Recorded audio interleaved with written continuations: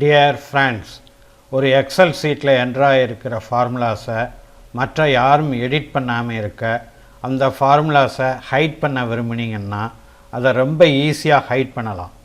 நான் இந்த சீட்டில் ஸ்கூல் ஸ்டூடெண்ட்ஸோட மார்க்கை என்ட்ரு பண்ணி அவங்க எடுத்த டோட்டல் மார்க்கையும் ரிசல்ட்டையும் ஃபார்முலா யூஸ் பண்ணி இதில் என்ட்ரு பண்ணியிருக்கேன்.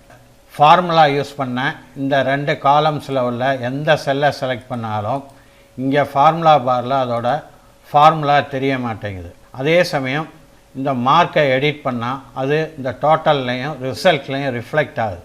உதாரணத்துக்கு இந்த தினேஷுங்கிற இந்த ஸ்டூடெண்ட் தமிழில் 19 மார்க் வாங்கி ஃபெயில் ஆகியிருக்காரு. நான் இப்போ இதை 60ன்னு மாற்றி என்ட்ரு பண்ணுறேன்.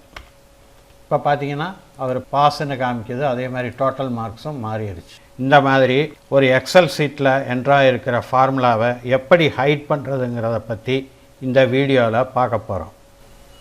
இந்த 2 காலம்ஸில் உள்ள செல்ஸை நான் செலக்ட் பண்ணுறேன். இதை செலக்ட் பண்ணும்போது இங்கே ஃபார்முலா பாரில் அதோட ஃபார்முலா தெரியுது.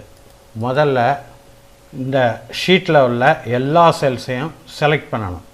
அதுக்கு இந்த டேபிளுக்கு வெளியே ஏதாவது ஒரு செல்லை செலக்ட் பண்ணிவிட்டு கீபோர்டில் கண்ட்ரோல் பட்டனை அமுக்கி பிடிச்சிக்கிட்டு ஏ பட்டனை ஒரு தடவை ப்ரெஸ் பண்ணணும். இந்த மாதிரி ப்ரெஸ் பண்ணும்போது இந்த ஷீட்டில் உள்ள எல்லா செல்ஸும் செலக்ட் ஆகிடுது. இதை வேறு ஒரு மெத்தட் யூஸ் பண்ணியும் செய்யலாம். அதுக்கு இந்த இடத்துல மவுஸை கொண்டு வந்து வச்சுட்டு ஒரு தடவை கிளிக் பண்ணணும். கிளிக் பண்ண உடனே இந்த ஷீட்டில் உள்ள எல்லா செல்ஸும் செலக்ட் ஆகிடுது. இந்த மாதிரி செலக்ட் பண்ணிவிட்டு மவுஸை ஏதாவது ஒரு செல் மேலே வச்சு ரைட் கிளிக் பண்ணணும். ரைட் கிளிக் பண்ணி இதில் ஃபார்மேட் செல்ஸுங்கிற இந்த ஆப்ஷனை கிளிக் பண்ணணும்.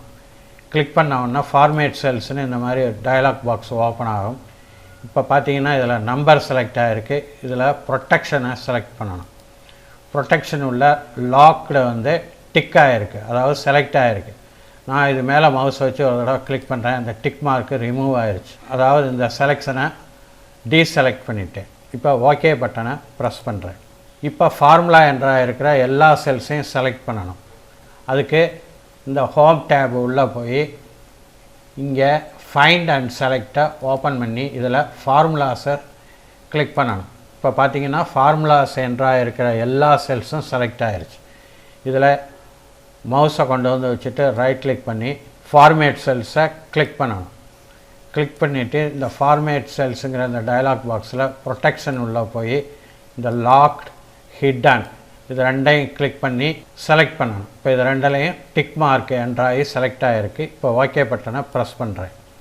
இப்போ பார்த்தீங்கன்னா இப்போவும் இங்கே ஃபார்முலா தெரியுது. அடுத்து இங்கே ரிவ்யூ டேபை ஓப்பன் பண்ணி இதில் ப்ரொடெக்ட் ஷீட்டை கிளிக் பண்ணி ஓப்பன் பண்ணணும்.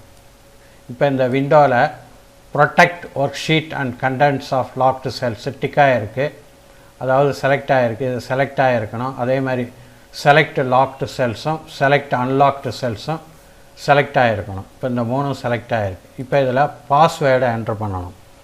நான் பாஸ்வேர்டை என்ட்ரு பண்ணிட்டேன். இப்போ ஓகே பட்டனை ப்ரெஸ் பண்ணுறேன். மறுபடியும் பாஸ்வேர்டை ரீஎன்டர் பண்ணணும்.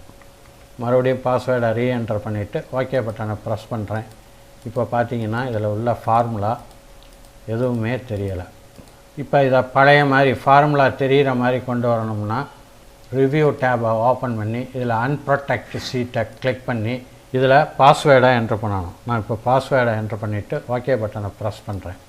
இப்போ பார்த்தீங்கன்னா இந்த ஃபார்முலாஸ் எல்லாம் இங்கே ஃபார்முலா பாரில் தெரியுது. டியர் ஃப்ரெண்ட்ஸ், உங்களுக்கு இந்த வீடியோ பிடிச்சிருக்குன்னு நம்புகிறேன். மறக்காமல் இந்த சேனலை சப்ஸ்கிரைப் பண்ணுங்கள், லைக் பண்ணுங்கள், ஷேர் பண்ணுங்கள்.